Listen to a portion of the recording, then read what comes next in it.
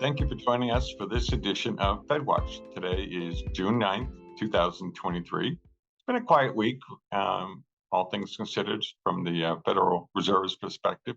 It'll heat up next week when they meet and decide whether they're going to pause on an interest rate hike, surprise everybody by raising interest rates. What are they going to be thinking? We expect a pause, as do most people. So that's item number one on our agenda. 3 steps today. Don't be surprised if they pause. Some people are going to call it a skip. It's just they're bored. They need something to talk about. The second thing I want to talk about, though, is a little hint of a change in the employment situation. Barron's reported a few hours ago that the weekly initial unemployment claims for unemployment insurance jumped considerably.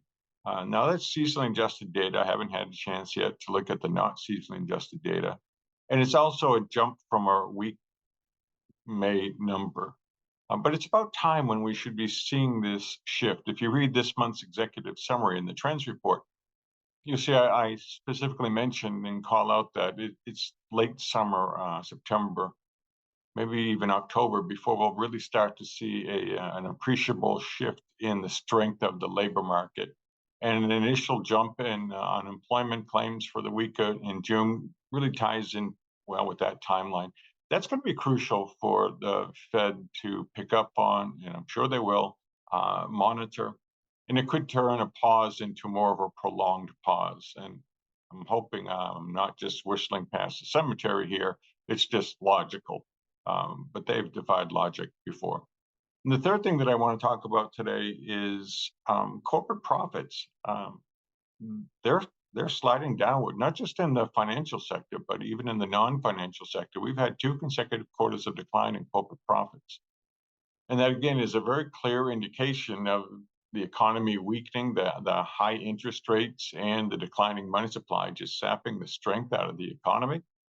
It's going to impact CapEx spending going forward. It's going to stock buybacks are already down considerably. So it's just another thread that indicates that the economy is weakening. And as the economy weakens, inflation will indeed come down.